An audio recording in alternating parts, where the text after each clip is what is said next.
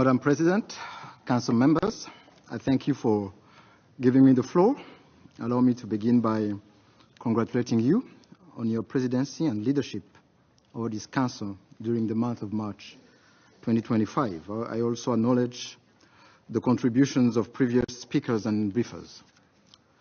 As a member state of the United Nations and a prominent contributor to peace support mission, Rwanda stands in firm support to peacekeeping and peacekeepers wherever they are and wherever they serve.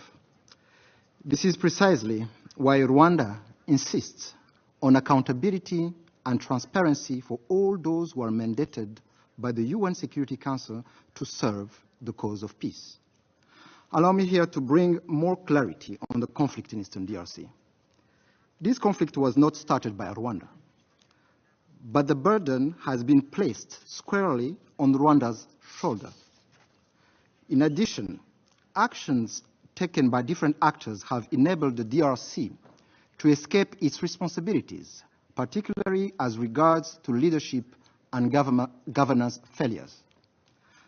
The root causes of this conflict go back first to the continued preservation of the FDLR genocidal militia, despite its record of ethnic massacres, recruitment of child soldiers, and destabilization of both Rwanda and the DRC. It is unfortunate that some in the international community conveniently continue to ignore its existence. The recent capture and handover to Rwanda of FDLR members, including a senior commander, has provided even more evidence of how the DRC government integrated FDLR fighters into its national army. Kinshasa gave them weapons, resources, and a platform to continue their genocide ideology. Secondly, the systematic persecution that Congolese Kinyarwanda speakers, particularly Tutsi communities, is linked to colonial legacy. This includes communities in South Kivu and Ituri provinces. Among the consequences of the discrimination, violence, and ethnic cleansing in the DRC are the hundreds of thousands of refugees in Rwanda, Uganda, and other countries in our region that have been living mostly in refugee camps, unable to safely return to their homes for many years. Given the situation, what is to be expected from Rwanda? Why is Rwanda disproportionately targeted? It is not clear. What is clear to us in Rwanda is that the defensive measures we have put in place will remain until there is a credible framework for long-term security guarantees along our border with the DRC. Madam President, the case of MONUSCO has been particularly troubling, as reflected in the report we have just received. There has been a recurrent pattern of MONUSCO's deliberations being used to push a narrative that fails to reflect reality on the ground.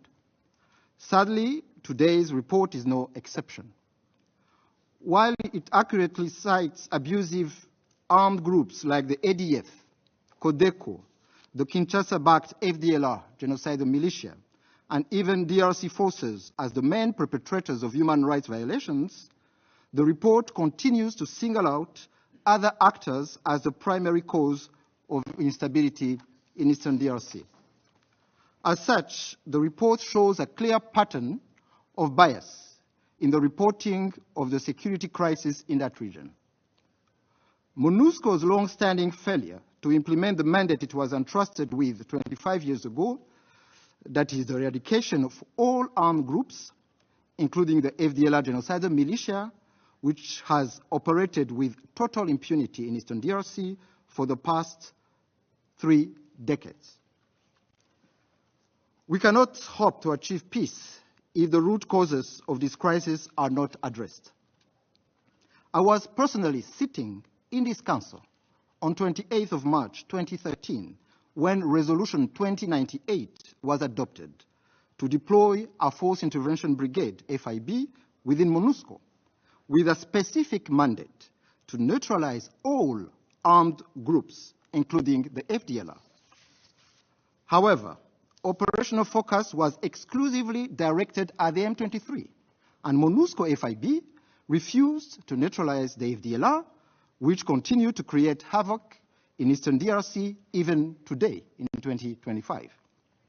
In fact, since 2003, this Council has reiterated the need to address the threat of the FDLR through more than 20 different resolutions.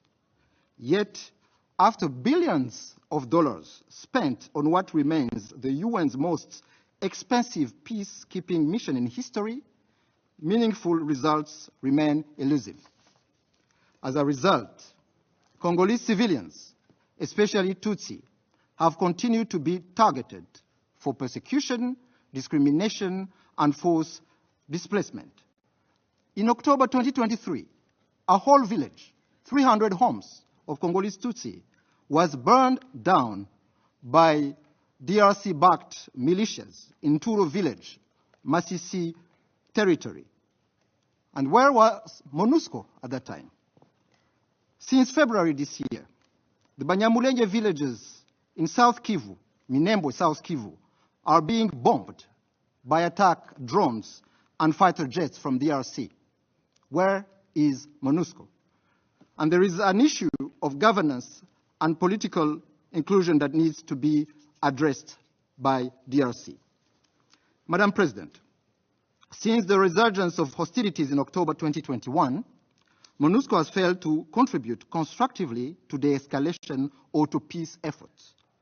More alarmingly, MONUSCO provided direct support to the military operation of the DRC coalition, placing itself in a situation of belligerence, even sometimes fighting alongside the same groups it was created to neutralize. I should here note the presence of European mercenaries in this coalition, those mercenaries who are deployed in violation of a UN Convention of 1989 and who were working alongside the DRC Army and MONUSCO. Rwanda has raised these concerns repeatedly before this Council, but they have never been addressed. SRSG Bintu Keita and MONUSCO have also contributed to the distortion of facts surrounding recent developments. Widely exaggerated claims of 3,000 civilian casualties were circulated by MONUSCO officials following the capture of Goma in January 2025.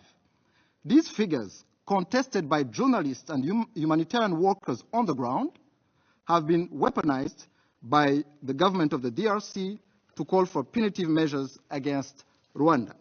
And you just heard another sample of fabricated claims by my colleague from DRC.